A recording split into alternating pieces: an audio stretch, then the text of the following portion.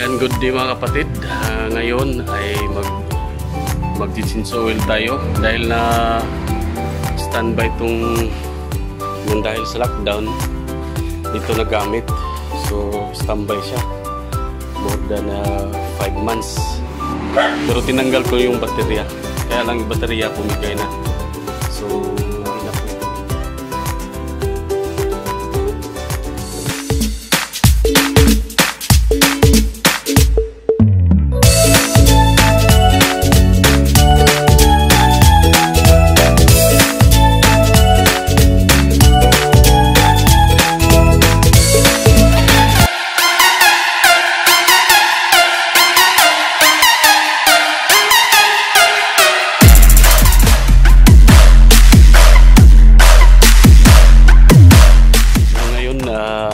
Palitan natin ng langis. Yan, na-drain ko na yung oil, yung engine oil at saka yung gear oil.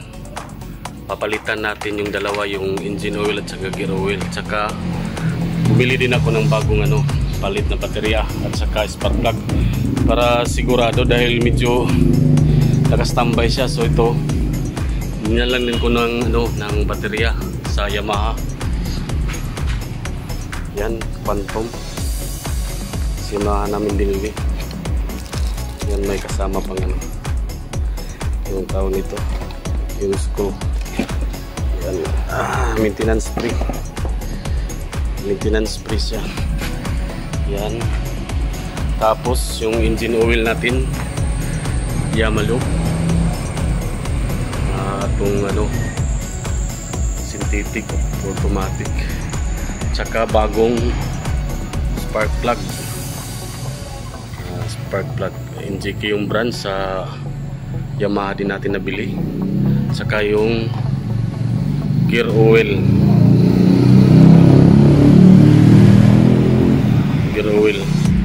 pinalitan ko na rin ng bago. Medyo may katagalan na rin tong motor na to, kaya lang hindi masyadong ginagamit. Nasa 14,000 nata ang nito, 14,000 o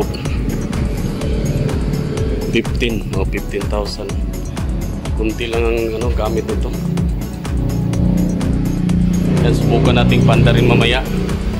Palitan lahat natin ng bago, gear oil, spark plug, engine oil at saka yung battery. Na tayong nag-drain ng engine oil. Ito yung niya, drain plug.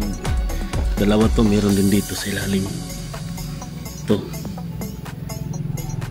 Kaya lang ito yung mas madaling buksan, nasa gilid lang. Tapos ibalik na rin natin yung na-drain na rin natin yung gear oil. So ito yung bolt.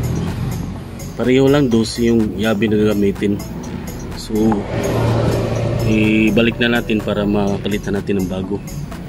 Ito yung mga drain plug nila. Drain plug sa engine oil, ito kaya itong drain plug sa gear oil. Yan, tatanggalin natin yung halin dito sa para sa gear oil. Yan, tinanggal ko na.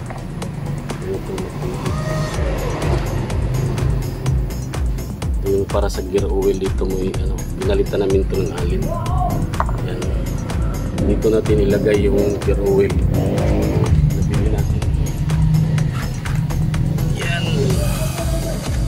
Ito yung gagamitin natin, yung Yamaha motorcycle gear oil sa Yamaha talaga to. So dito yun ilagay yung gear oil. Yan, ilagay natin yung gear oil. Medyo marami yung sa atin para natin nalinisan. Yan, ilagay natin.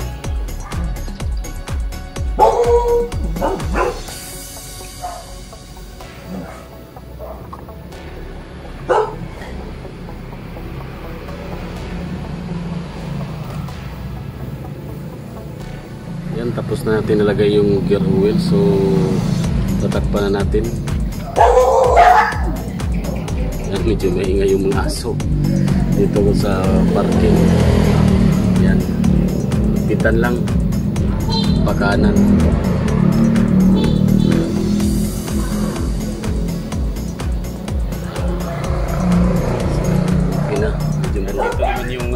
kapatid yung kung saan tayo maglalagay ng oil.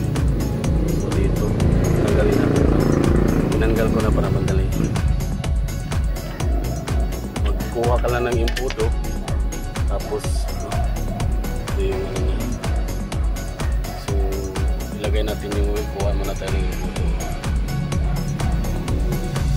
Yan yung engine oil mga kapatid. Kaya lang yung imbudo natin kinapos. So nag-extension to. Nag-improvise tayo para makalabag. Yan, tamang-tama lang. Dahil medyo maiksi yung ano, yung imbudo natin. Pwede naman gamitan ng ano, ng Oslo paper. Yan mga kapatid, nalagay na natin yung langis, yung engine oil. So ilagay natin yung takip niya. Actually, hindi to original yung takip niya. Pinalitan lang. Yan, tapos na. So magpalit naman tayo ng spark plug. So dito yung spark plug natin. Medyo marumi na. Ito yung spark plug cap. Tatanggalin natin yan. Medyo maigpit siya. Yan, tanggal na. Linisan natin to dahil na-stuck siya ng 5 buwan.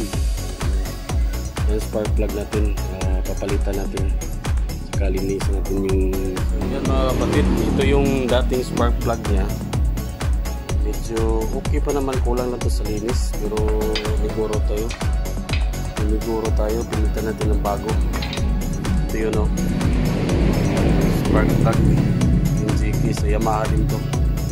So, palitan natin. Ayan mga kapatid, na palitan na natin ng bagong battery. Ayan. Tsaka nalinis na rin natin. Ayan. Nalinis na. Ayan. So pandarin na rin natin. Susi.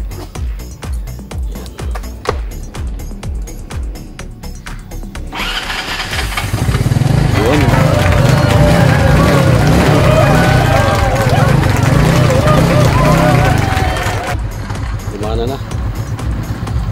Yan lang mga kapatid. Salamat at God bless sa lahat.